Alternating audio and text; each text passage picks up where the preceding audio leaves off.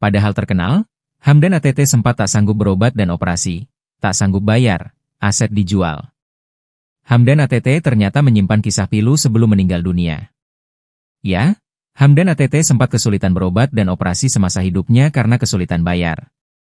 Padahal, nama Hamdan ATT sebagai penyanyi dangdut sangat melambung di eranya. Hamdan ATT diketahui sempat mengalami pecah pembuluh darah pada Kamis, 3 Oktober 2024, yang membuatnya harus menjalani perawatan intensif serta tindakan operasi di RS Polri, Kramat Jati, Jakarta Timur.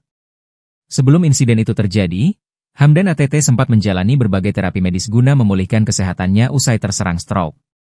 Sang istri, Hasibah, mengungkapkan bahwa kondisi keuangan Hamdan ATT saat itu tidak mencukupi untuk menanggung biaya pengobatan dan operasi di rumah sakit.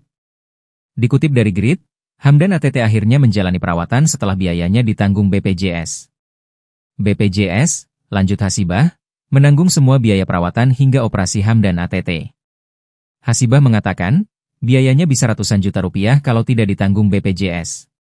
Meski banyak lagunya dikenal orang, Hamdan ATT tidak punya banyak uang di tabungannya.